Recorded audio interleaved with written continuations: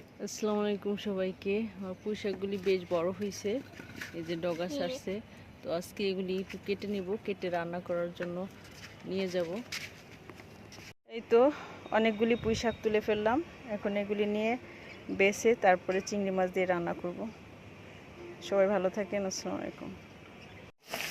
চিংড়ি মাছটা কষানো হয়েছে, এবার এই শাকটা দিয়ে দেবো। আমার ছাদ বাগানের পুঁই শাক।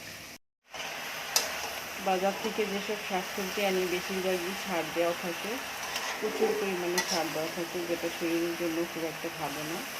আর নিজে কষ্ট করে লাগিয়ে খাওয়া সেটা কিন্তু স্বাস্থ্যসম্মত, কারণ আমি তো কোনো সার ইউজ করি না। যে সবজি গাছ লাগাই না কেন কোনো সার ব্যবহার করি না। এই তো পুঁই শাকটা একদম গলে গেছে, রান্না করা শেষ, একদম গলে গেছে। ছাদ বাগানের পুঁই শাক রান্না করে ফেললাম চিংড়ি মাছ দিয়ে। সবাই ভালো থাকেন। আসসালামু আলাইকুম।